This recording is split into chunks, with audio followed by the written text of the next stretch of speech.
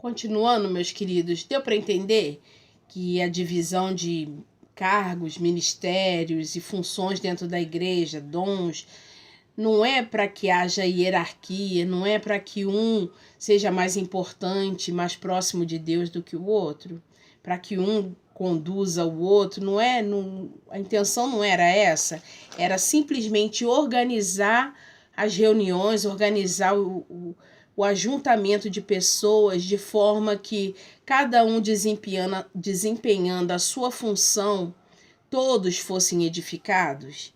E que não é para que haja disputa de cargos dentro das igrejas, e não é para que um cargo ou um título seja usado como vanglória por uns e que seja ocasião para que outros sejam idólatras com essas pessoas.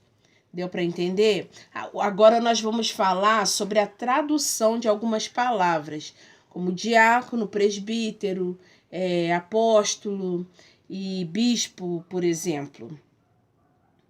Diácono significa ajudante. Quando a Igreja de Cristo começou a crescer, né, porque se reunia em lares, mas conforme iam chegando mais pessoas, ia ficando desorganizada, naturalmente, né?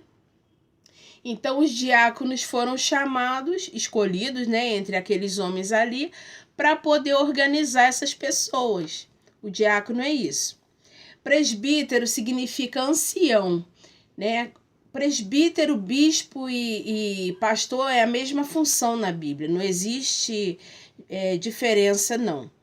Só que presbítero significa ancião, pastor é com referência ao pastorado de ovelhas, né? É porque Cristo falou para Pedro pastorear as ovelhas dele. E bispo significa inspetor, que é a mesma coisa, é quem toma conta ali das pessoas. O pastor é aquele que apacenta, que supre, que socorre, né? Que ensina, que acompanha de perto, né? E essas são as funções de cada um. E os ministérios são o apóstolo, o profeta, o evangelista, o pastor e o mestre. O apóstolo significa enviado. Na Bíblia, até Cristo foi chamado de apóstolo, porque ele é o enviado de Deus, né? Jesus enviou os 12. Jesus ressuscitado enviou Paulo. E todos os outros que são chamados de apóstolo na Bíblia foram enviados pela igreja. Ou seja, hoje tem uma resistência para usar o termo apóstolo, né? Algumas pessoas não usam. Então se estabeleceu o termo missionário, que é a mesma coisa. É aquele que tem uma missão, vai lá, realiza, cumpre e volta, né? Então os apóstolos, primeiro eles foram discípulos, né? Porque eles caminharam com o mestre, discípulo significa aluno, e eles caminharam com o mestre, aprenderam, né, que a religiosidade era errado e que, né, desconstruíram as tradições religiosas judaicas e estabeleceram, né, que Cristo veio para um aperfeiçoamento espiritual e não material. Enfim, eles repassaram a sã doutrina, que era tudo aquilo que eles aprenderam com Cristo, eles repassaram, né? Podia ter acumulação de função, por exemplo. Pedro se dizia presbítero e apóstolo, né? Ele era presbítero e era apóstolo. Ou seja, são funções, não são cargos, não são títulos, não são, né?